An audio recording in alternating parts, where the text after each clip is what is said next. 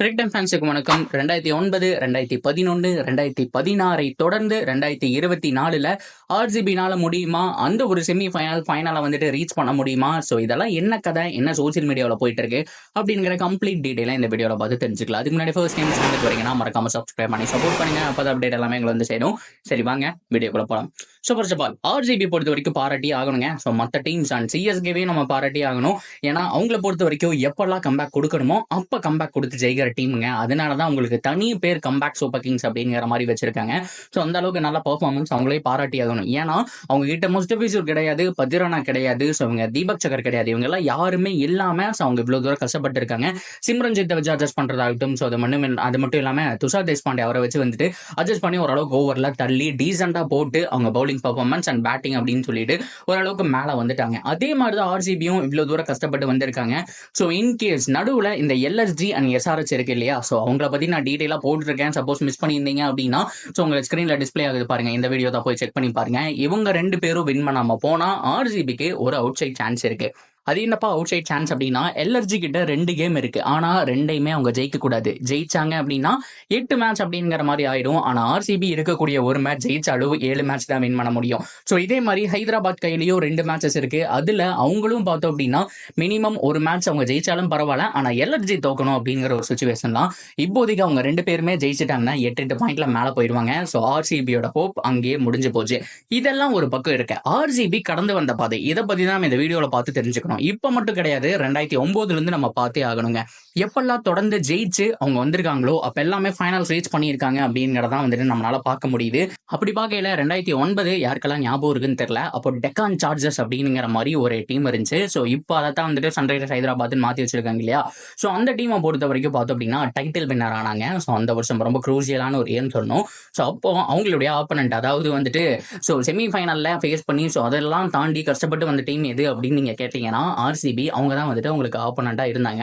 அந்த சீசன்ல தொடர்ந்து 5 மேட்ச் நினைக்கிறேன் போட்டு பொழந்து அவ்வளவு தூரம் கஷ்டப்பட்டு வந்திருப்பாங்க.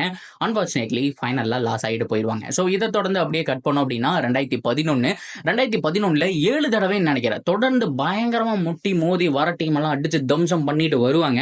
ஆனா அந்த இடத்துல இருக்கிறது யாரு அப்படிங்கிற மாதிரி ஃபைனல்ல அந்த இடத்துல சென்னை சூப்பர் கிங்ஸை ஃபேஸ் பண்ணுவாங்க.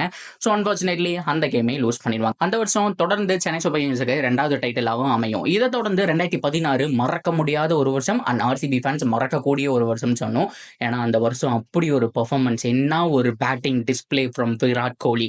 973 ரன் அடிச்சு வச்சிருப்பாரு. இன்னைக்கு வரைக்கும் தான் ரெக்கார்டு. கையில ஸ்டிச்சை போட்டுட்டு மனுஷன் உசுரை கொடுத்து இந்த டீமுக்காக ஏதாவது பண்ணிட முடியாதான்னு ஆடிட்டு இருப்பாரு. ஸோ ஃபைனல்ல ஃபர்ஸ்ட் ஆஃப் ஆல்மோஸ்ட் வந்துட்டு முதல் 10 ஓவர் வரைக்கும் மேட்ச் ஆர்சிபி தாண்டா அப்படிங்கிற மாதிரி ஆயிடுச்சு. பேர்ல கப்பெல்லாம் வந்துட்டு எழுதி வச்சிருங்க, சாரி கப்புல பேரெல்லாம் எழுதி வச்சிருங்கன்னு சொல்லி ரெடியா இருக்கும்போது பென் கட்டிங் எங்க இருந்தா வந்தான்னு தெரியல, பேட்டிங்ல எக்ஸலன்ட் டிஸ்பிளே, பவுலிங் நல்லா போடுவாரு. ஸோ அந்த மேட்ச்ல ஸோ முக்கியமா பர்ஃபார்ம் பண்ணி ஜெயிச்சு கொடுப்பாருங்க. ஸோ அந்த அளவுக்கு நல்லா ஒரு பவுலிங் டிஸ்பிளே அண்ட் பேட்டிங் ரெண்டுமே ஒரு வந்துட்டு பண்ணியிருப்பாரு. ஸோ அதை தொடர்ந்து பார்த்தோம் அப்படின்னா சூப்பரான வின்னிங் பர்ஃபார்மன்ஸ் அப்படிங்கிறது வந்துட்டு எஸ்ஆர்எச் கிட்ட இருந்திருக்கும். டேவிட் வார்னர் கோப்பையை கையில வாங்குவாங்க. ஸோ ஆர்சிபிக்கு எகைன் ஒரு ஏமாற்றம். அதை தொடர்ந்து 2024ங்க ரொம்ப வருஷத்துக்கு அப்புறம் தொடர்ந்து ஜெயிக்கிறாங்க. தொடர்ந்து 6 போட்டிகள் இப்ப வரைக்கும் ஜெயிச்சிருக்காங்க. சிஎஸ்கே கூட ஒரு நாக் அவுட் கேம் இருக்கு, அது முடிஞ்சு எலிமினேட்டர், குவாலிஃபயர் 2 அண்ட் ஃபைனல் அப்படிங்கிற மாதிரி ஒரு ஸ்டேஜ் இருக்கு. இந்த சமயத்துல இவங்களால முடியுமா அகைன் ஒன்ஸ் மோர் ஃபைனலுக்கு புஷ் பண்ண முடியுமா? எப்பவெல்லாம் தொடர்ந்து ஜெயிச்சிருக்காங்களோ அப்பெல்லாம் ஃபைனல் போயிருக்காங்க. ஸோ அந்த ஒரு சேம் ஸ்கிரிப்ட் ஆர்சிபிக்கு நடக்குமா, இல்ல வழக்கம் போல சிஎஸ்கே முட்டுக்கட்டை போடுவாங்களா அப்படிங்கறது எல்லாத்தையும் நாம கொடுத்திருந்தா பார்க்கணும். ஸோ இதுதான் ஆர்சிபியோட பலப்பாவே இருந்திருக்கு. ஸோ இவ்வளோ நாள் பார்த்தோம் அப்படின்னா செம்மையான ஒரு பர்ஃபார்மன்ஸ் கொடுத்திருக்காங்க. அதுக்கு நீங்க தயவு செஞ்சு சிஎஸ்கே கூட போறதுக்கு முன்னாடி அவங்க ஒரு பிரேயருக்கு போய் ஆகணும்னு நினைக்கிறேன். ஏன்னா எல்எஸ்ஜி தொடர்ந்து 2 ஜெயிக்க கூடாது. அடுத்த மேட்ச் டிசிக்கு அகேன்ஸ்ட் தான். டிசி ஆல்மோஸ்ட் நம்பிக்கை விட்டுட்டாங்க. எனக்கு தெரிஞ்ச போரான ஸ்குவாடோட போனாங்க அப்படின்னா ஈஸியா வந்துட்டு எல்எஸ்ஜி தம்சம் பண்ணிடுவாங்க. ஆனா அதுக்கு அடுத்த மேட்ச் ஃப்ரைடேவே பார்த்தோம் அப்படின்னா எம்ஐ கூட உங்களுக்கு ஃபைனல் கேம் இருக்கு.